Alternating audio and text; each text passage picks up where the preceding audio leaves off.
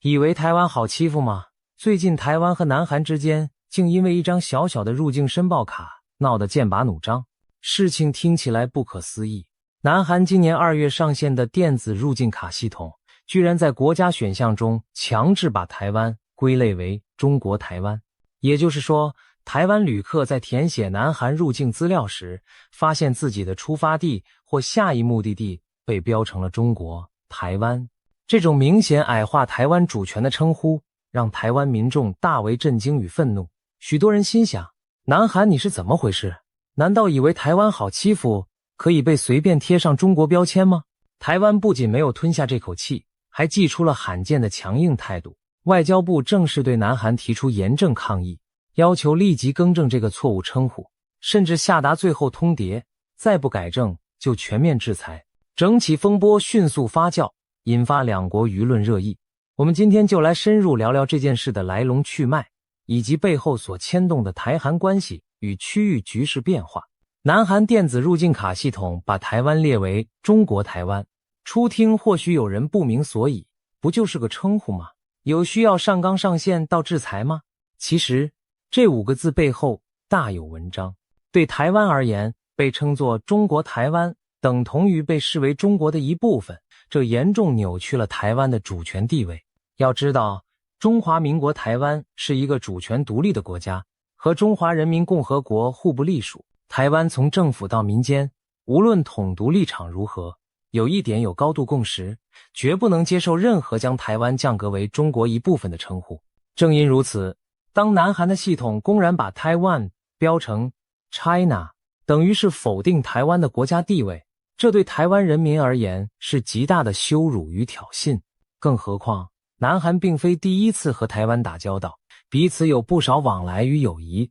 台湾民众对南韩原本颇有好感，很多人喜爱韩剧、韩团，美食旅游更是热衷。南韩也是台湾游客最爱造访的国家之一，每年数十万计的台湾人赴韩观光，带动了南韩的观光收入。这些台湾朋友买化妆品、逛景点，热情支持韩流产业。结果南韩官方却在入境系统里把来自台湾的旅客称作中国台湾的出发者，这不只让填表的台湾游客一头雾水，更让大家心寒。我们远道而来当贵客，却在你们系统上被矮化身份，这算什么待客之道？有旅客填表时看到这选项，当场气到拍照存证，回国后向政府投诉。许多网友也在社群上抨击南韩此举，根本是在当中国的小跟班，跪着做人。台湾人对此感到极度不满与失望，认为南韩政府不友善且不尊重事实，对多年来累积的台韩民间情谊造成伤害。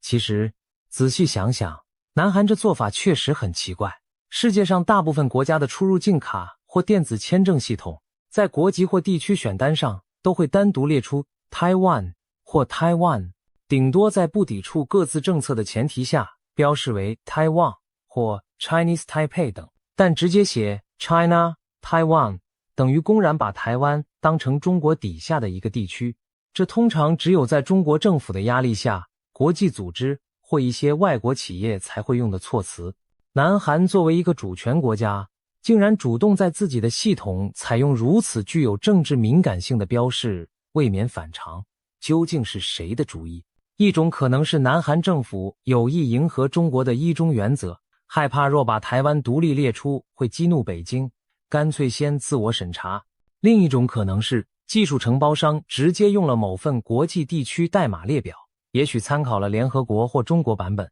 懒得修改，导致这个错误一路延续了近1年。无论原因为何，南韩方面长达数月都未纠正，让台湾方面觉得不能再坐视不理了。其实台湾并非一开始就兴师问罪，在这套电子入境卡制度刚上线时，2025年2月，台湾游客陆续发现异常，但台湾政府起初选择透过低调管道处理。据外交部透露，驻韩国代表处和外交部亚太司曾多次向南韩政府严正关切并交涉，要求对方迅速更正错误标示。想象一下，我方外交官一次次去跟韩方说明，台湾不是中国的一部分，这样标注不符合事实，请尊重更改。正常情况下，友好国家听到这要求，应该会觉得，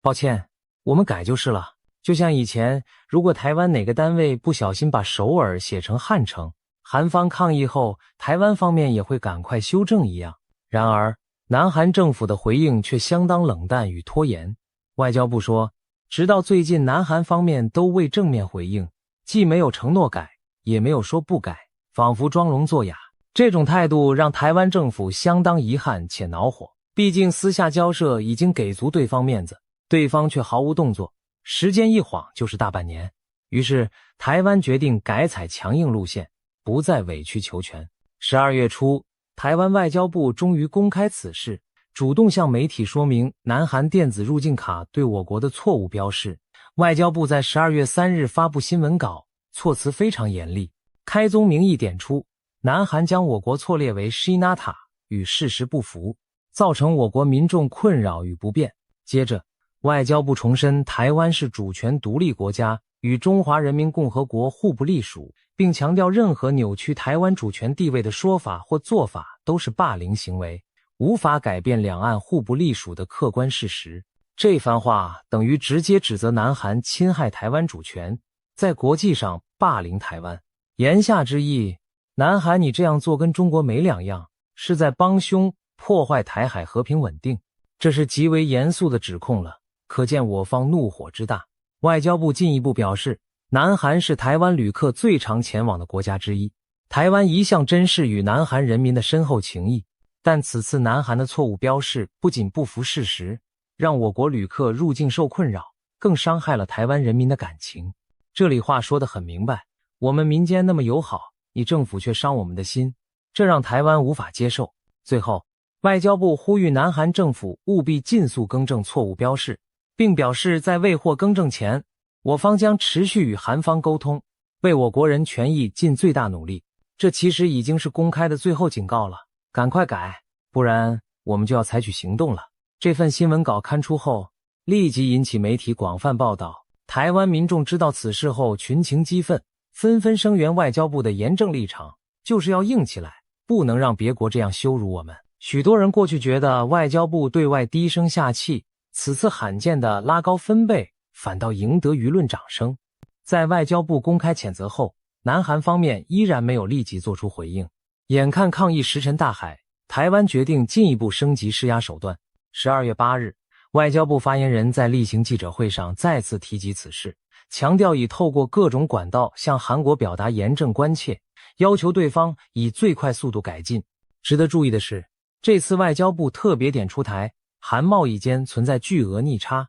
直言双边关系仍有不对等之处，并且宣布将全面检视与韩国政府的关系，研拟可行方案。这番话被外界解读为台湾准备动用经济杠杆，不排除以贸易制裁等手段来反击南韩。如果南韩继续装傻，台湾可能从经贸下手，给予痛击。外交部在公开场合谈到贸易逆差，这可是相当罕见的措辞。所谓逆差，指的是台湾从南韩买的东西远多于卖给南韩的。根据统计，2024年台湾对南韩的贸易逆差高达约230亿美元，这个数字超过同期台湾对日本的逆差206亿美元，使南韩取代日本成为台湾最大的逆差来源国。而且双边贸易近年增长极快，2020年台韩总贸易额约只有300多亿美元，但短短5年间暴增至2025年前11个月的820多亿美元。贸易额翻倍成长的同时，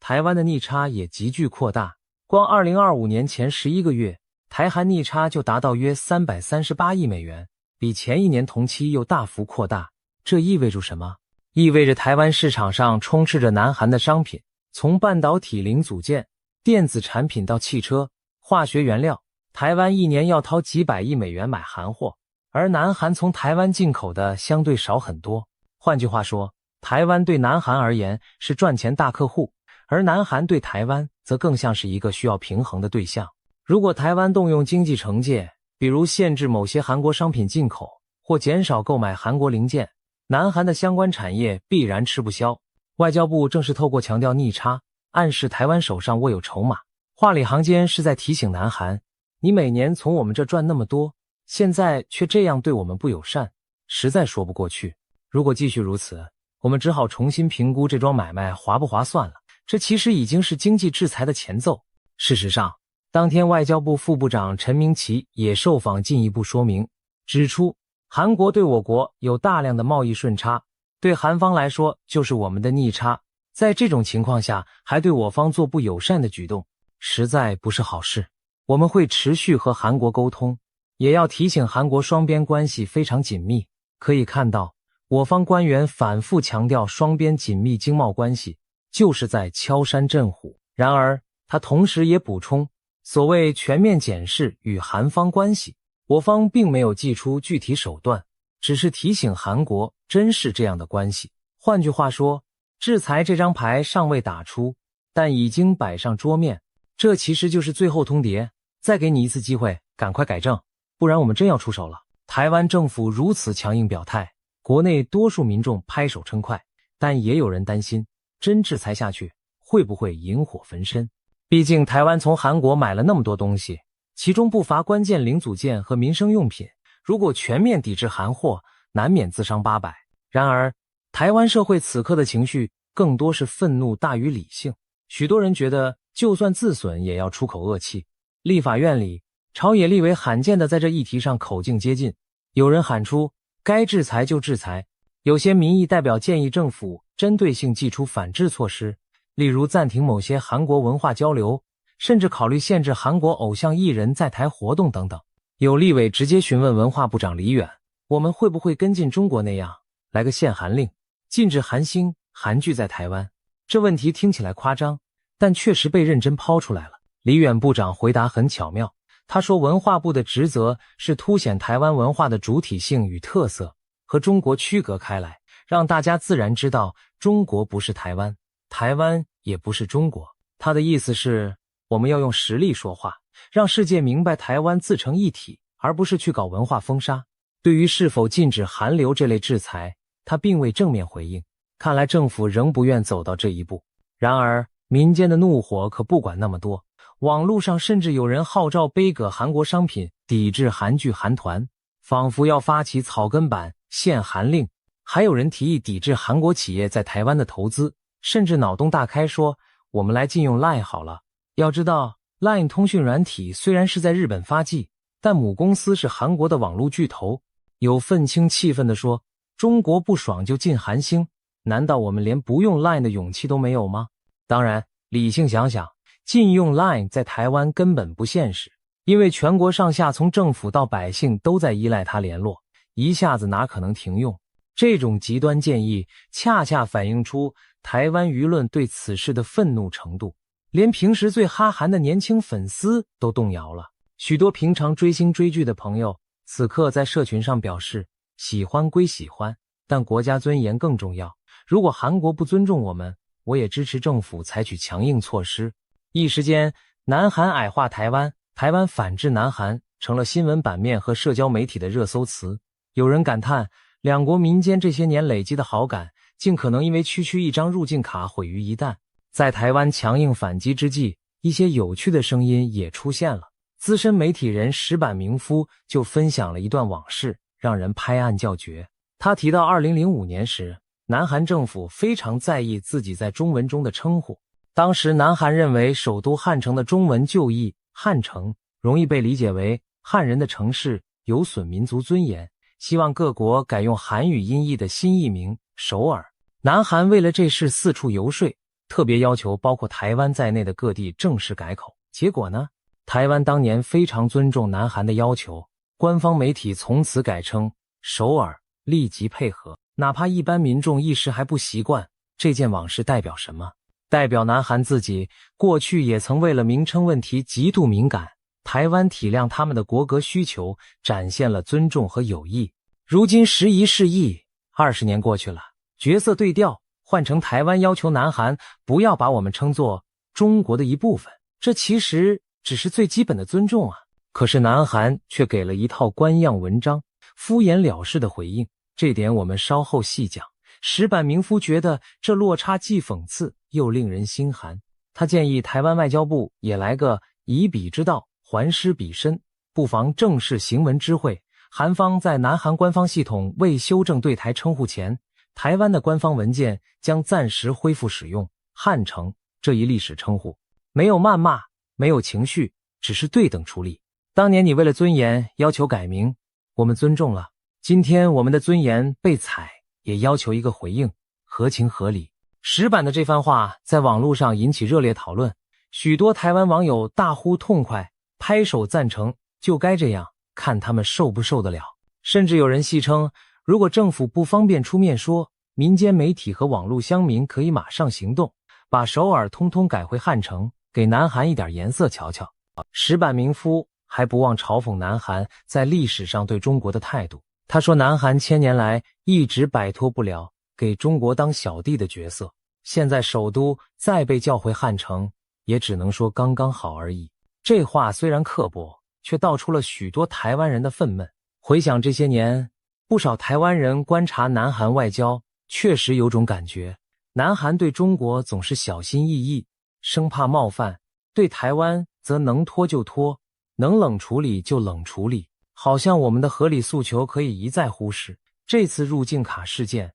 南韩长期回避，不就是典型的态度吗？对中国尽量配合，对台湾能敷衍就敷衍。难怪石板民夫讽刺南韩是在当中国的小弟，被台湾出招怼一下也是刚好而已。当然，从外交角度看，台湾政府未必真的会采取石板所说的汉城报复，因为毕竟我方还要考虑全局，不想把矛盾无限上纲到撕破脸。但民间舆论这股以牙还牙的声浪，无疑也增加了台湾官方谈判的筹码。南韩方面若有在关注舆情，应该能明白，台湾社会这次是玩真的，不是喊几句就算了。如果韩国执意不改，台湾方面可能会采取一些创意，又让韩国难堪的反制动作，比如上述，汉城只是其中一招而已。面对台湾连日的压力，南韩政府终于在12月10日至11日做出了一些公开回应。然而，他们的态度可以说是模棱两可，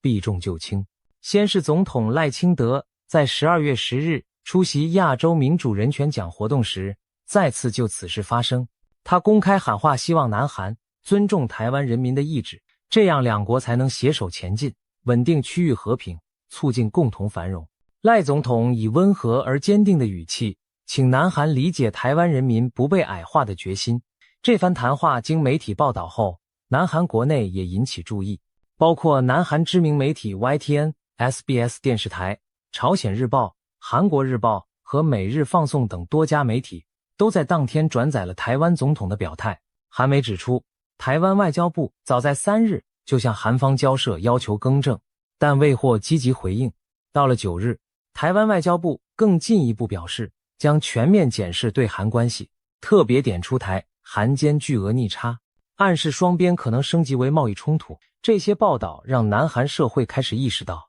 哎呀，这事儿好像闹大了，台湾认真了。于是南韩外交部终于在12月11日由发言人朴日出面，在例行记者会上正式回应此事。但他说的话很有外交辞令的味道。他表示，韩方一贯坚持在韩台之间推动非官方实质合作的立场，今后也将持续与台湾进行实质合作，并在此立场下处理相关问题。怎么解读这句话呢？所谓非官方实质合作，是南韩政府长期对台政策的套话，意思是韩台之间没有官方外交关系，只能民间经贸文化往来，但我们会努力在实际层面合作。翻译成人话，大概就是我们会继续跟台湾做生意、搞交流，但一切都在非官方的框架内进行。乍听之下，朴发言人好像什么都说了，又好像什么都没说，完全回避了正面提及入境卡标示是否更改的问题。他既未道歉，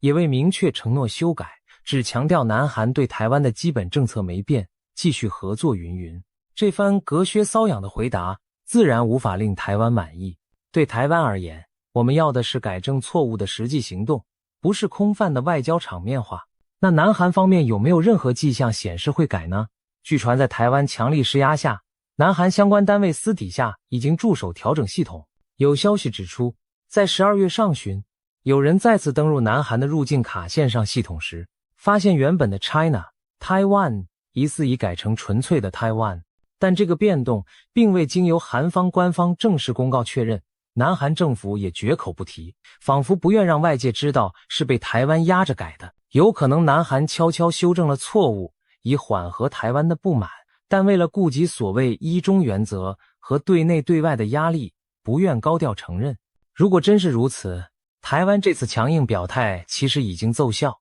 只是双方默契的不张扬，南韩不公开认错，台湾也暂不宣布制裁，事情就此低调落幕。当然，也有另一种可能，南韩依旧没有实质改变，到现在系统里还是老样子，那台湾接下来恐怕就真要行动了。目前看来，台外交部仍表示会持续和韩国沟通，一方面密切关注韩方是否改善，另一方面先不祭出制裁，以留出一线空间。毕竟真正要打经济牌，涉及面甚广，台湾也需审慎评估。值得一提的是，南韩国内舆论和学界对此事也提出了一些看法。除了媒体广泛报道台湾的强烈反应外，有些南韩人其实也觉得自家政府理亏。据说，连不少韩国网友都在讨论，台湾本来就不是中国的一部分啊，这样标示既非事实，也很丢脸。甚至有人批评韩国政府何苦在这种小地方紧跟北京口径，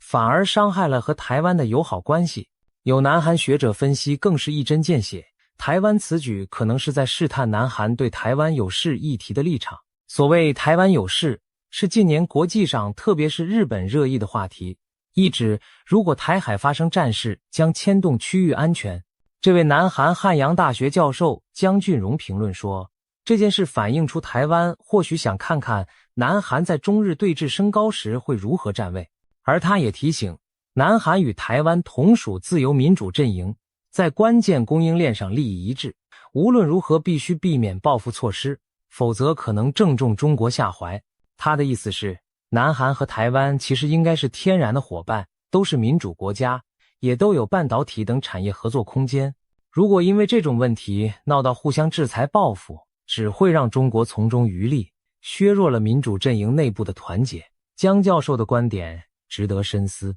他点出了2点。第一，南韩在中美日台之间其实处境微妙，不想被迫选边，但台湾这次咄咄逼人，多少也是想试试南韩到底靠向哪边。第二，台湾和南韩不该真的撕破脸，否则只会让北京偷笑。事实上，台湾外交圈内也有理性的声音。学者丁树范就认为，这起事件更多牵涉台湾的国内政治考量，短期内台韩关系不会有重大变化。他指出，台湾政府之所以强硬表态，很大程度上是出于民意压力，同时执政党也顾及在野的国民党可能利用此事攻击自己软弱，因此政府必须摆出强硬姿态以自保。但真要走到经济制裁那一步，政府其实非常谨慎，毕竟制裁南韩的风险和副作用都很高。另一位专家王国臣则分析，外交部一开始提全面检视台韩关系和经贸逆差有政治修辞的考量，但后续澄清又显示政府顾虑贸易制裁的副作用，并未真正打算启动经济手段。这充分说明台湾政府目前是软硬兼施，一方面威慑，一方面节制。如果南韩适可而止，台湾也未必要把事情做绝。这场入境卡风波看似一时的外交口角，实则折射出台韩关系长期以来正冷经热的状态。什么是正冷经热？就是政治上冷淡疏离，经济上热络紧密。台湾与南韩的关系正是如此。从历史上看，台湾和南韩曾经是紧密的盟友，在冷战时期，两国同为反共阵营的坚定一员，理念相近。早在韩战期间，1950年代，台湾曾派出小规模医疗和后勤人员支援南韩对抗北韩，共同抗击共产势力。越战时期，台韩也都参与美国主导的联军行动，可谓生死与共。在那段岁月里，台湾、韩国、日本、美国形成了一道亚洲反共防线，彼此之间互称兄弟。直到1960、70年代，台湾与南韩都实行威权统治，但也都在美国支持下经济起飞，被并称为亚洲四小龙中的2条龙。在1965年，台韩甚至签署了中韩共同防御条约，形式上结为准军事同盟。虽然这条约在1970年代随着美国与中国关系变化而淡化，总之，在整个冷战阶段，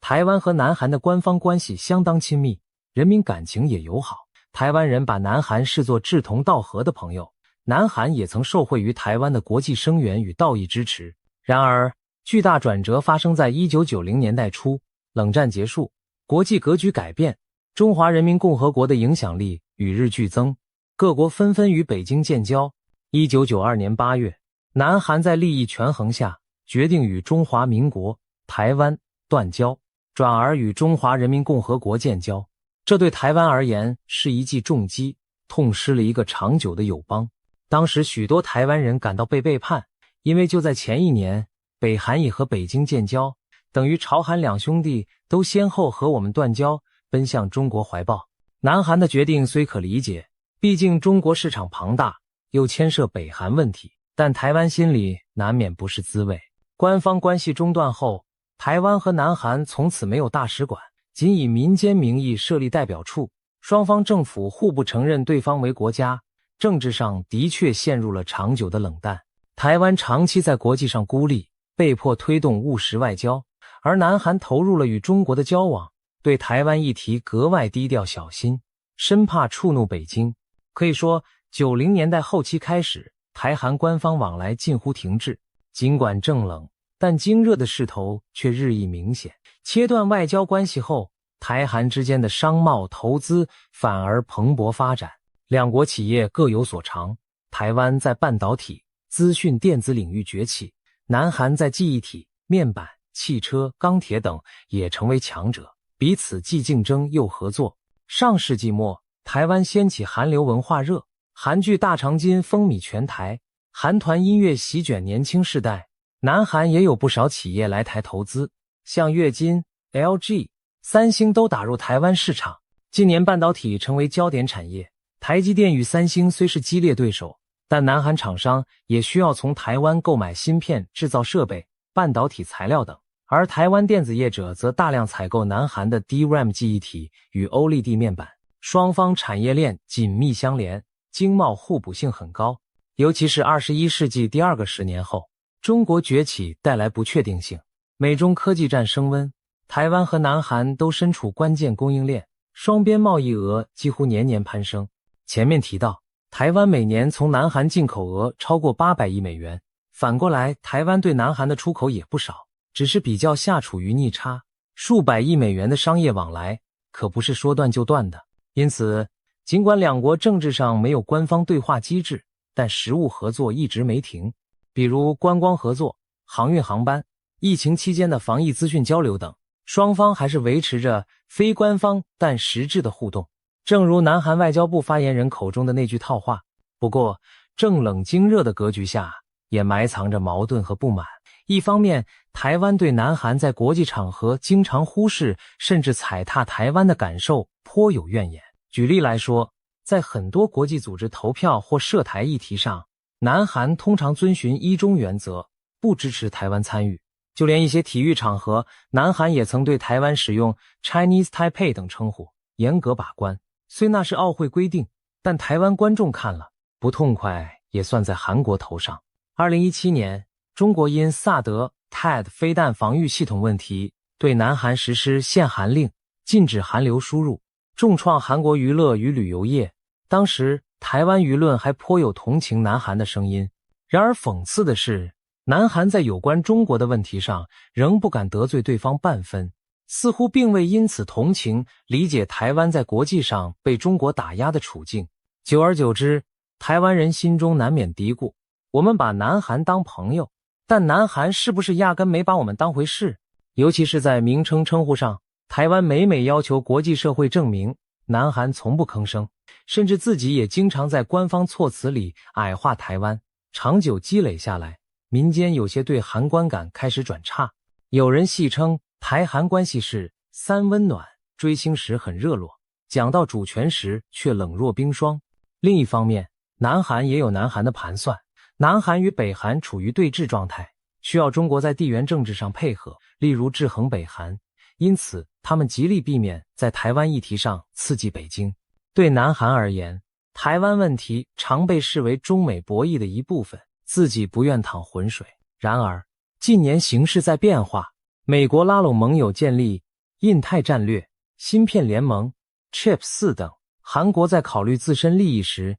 也开始稍稍靠向美日。尹锡悦总统上任后，韩国和美日的关系改善。今年美日韩还在戴维营举行领袖峰会，发表的共同文件中罕见提及维护台海和平，这对韩国而言是个新信号。过去韩国很少在国际声明里直接谈台湾，如今愿意和美日一起强调台湾安全重要性，显示尹政府略微调整了态度。但话说回来，韩国官方在实际操作上仍相当谨慎，比如这次电子入境卡事件，就充分暴露了韩国外交的两面性。表面跟着美日强调区域和平，私下里还是按照中国的剧本，把台湾称作中国的一部分，至少不想公然把台湾放在和 China 平起平坐的位置。韩国政府大概以为这种小细节台湾不会发现或计较，但这次显然是误判了。随着台韩这场争端白热化，一个词频频出现于讨论中，晶片牌。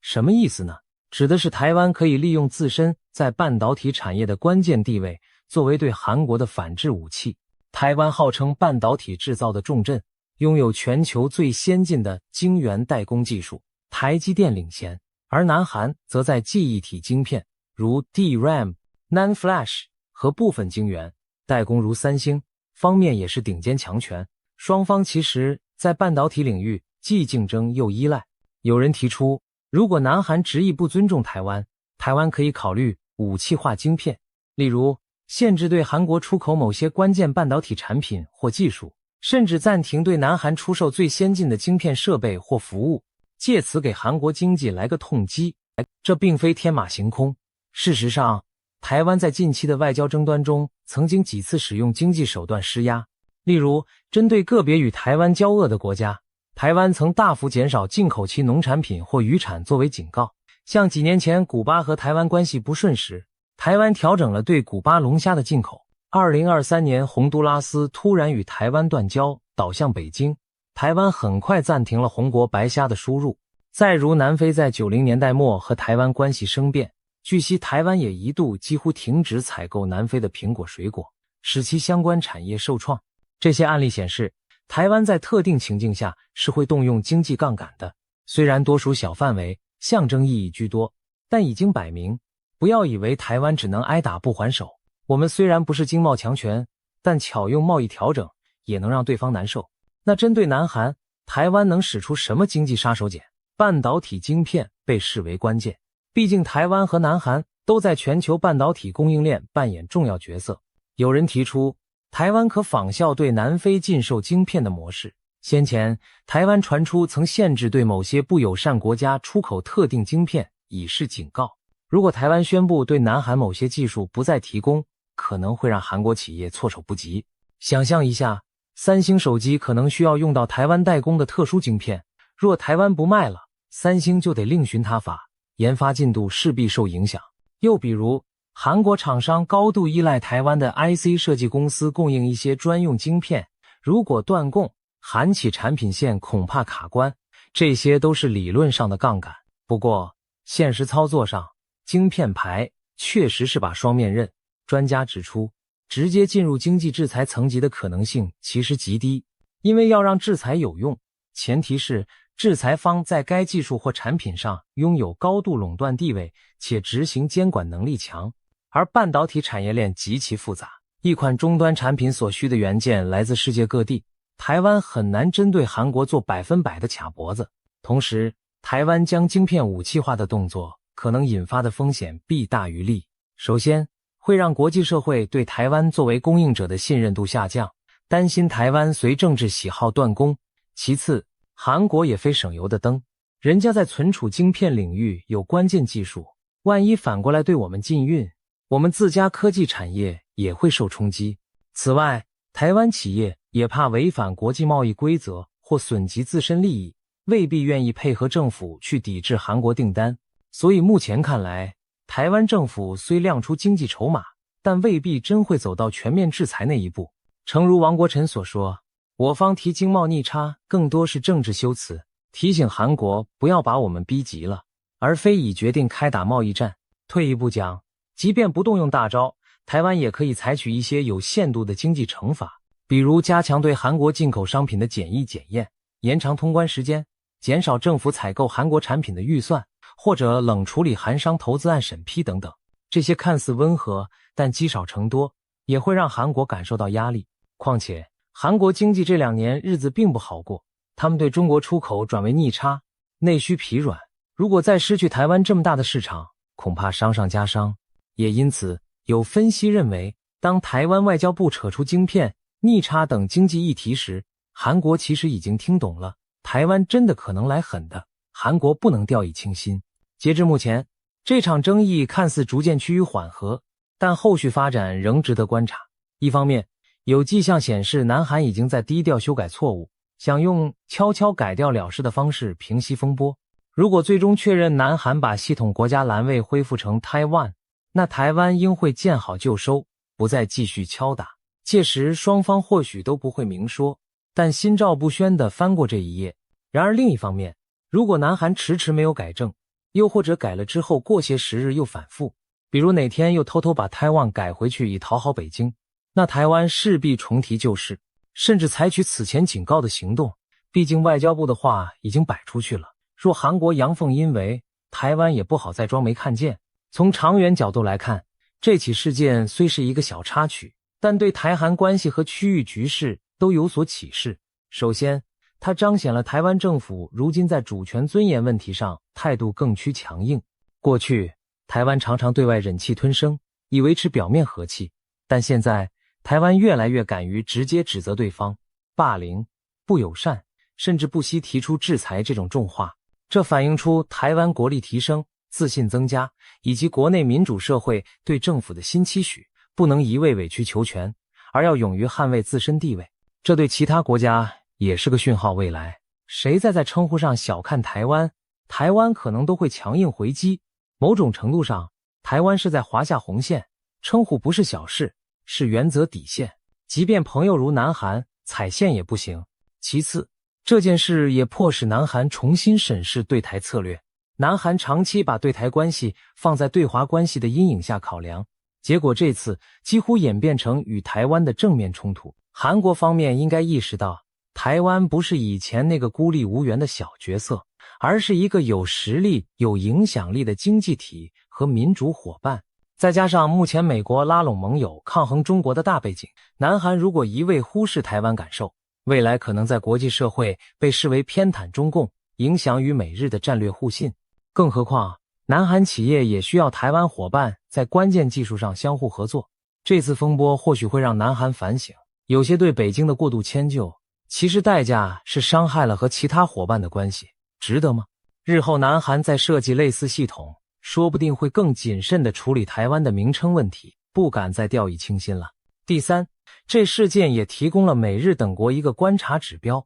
韩国在台湾议题上到底站在哪边？过去一直是不确定因素，现在看到韩国因一件小事就跟台湾闹不愉快，美日心里也会盘算，若台海真的出现危机，韩国会不会扯后腿？相反地，台湾这次的态度也向国际展示了决心，台湾绝不容忍被矮化，哪怕对象是美国的盟友，韩国也一样。或许有些盟友私下会提醒台湾冷静，但也势必更加尊重台湾的坚持。未来在涉及台湾称谓时多几分顾忌，免得像韩国这样陷入争议。最后，从台湾与南韩两国人民角度出发，这起事件也有点让人唏嘘。原本台韩间有深厚的民间交流与好感，但政治上的纷争可能波及民意，希望双方政府能够妥善处理，不要让一般民众关系受到太大伤害。毕竟韩国的年轻人爱来台湾旅游，台湾的年轻人也喜欢韩流文化，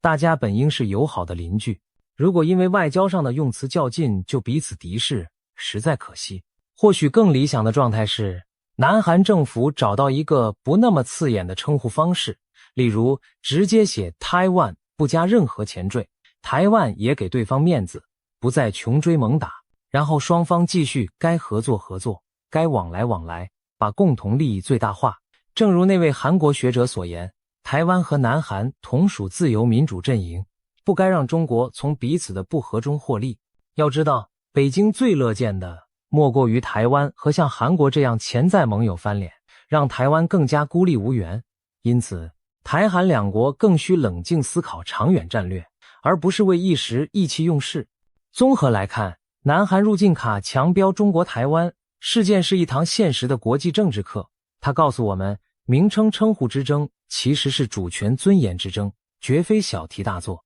在这场争端中，台湾一改过往隐忍姿态，用实力和筹码表明了自己的立场。台湾人绝不接受被视作中国的一部分，无论对方是敌是友，都不能碰触这个底线。台湾展现出的硬气，既是对国人交代，也是向世界宣示。我们看到，台湾不再是任人随意贴标签的沉默者，而是会挺直腰杆说不的行动派。正如有人所言，外交不是比嗓门大，而是看立场硬不硬。台湾这次立场站得笔直，赢得了国内民心，也让国际社会重新审视台湾的态度。对南韩而言，这起事件或许有些措手不及，向来擅长在大国间搞平衡的南韩，可能低估了台湾的反应强度。他发现，一味讨好中国的同时忽略台湾，也会付出代价。如何在坚持一中政策的同时，尊重台湾民意并维持民间友好，将是南韩外交需要深思的课题。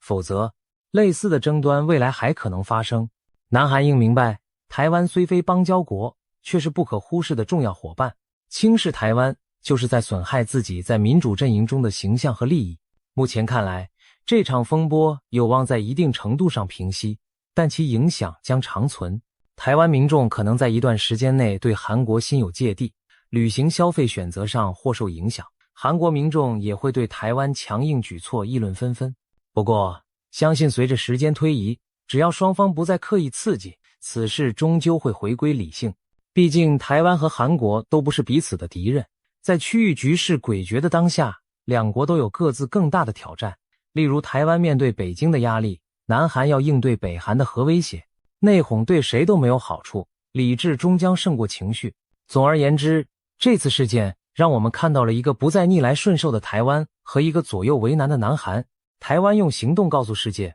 我们不是好欺负的，即便朋友，也请尊重我的名字，尊重我的存在。南韩则需要权衡，在大国角力与价值盟友之间如何拿捏分寸。希望经此一役，南韩会对台湾多一分尊重与体谅，而台湾也展现了自身的底线和力量。未来，台韩能否在互相尊重的基础上继续深化实质合作，值得期待。正如外交部所说，台湾珍视与韩国人民的情谊，但这份情谊必须建立在彼此尊重事实与尊严之上。台湾已经亮明态度，朋友请尊重，若不改正错误，我们绝不会做事，该出手时就出手。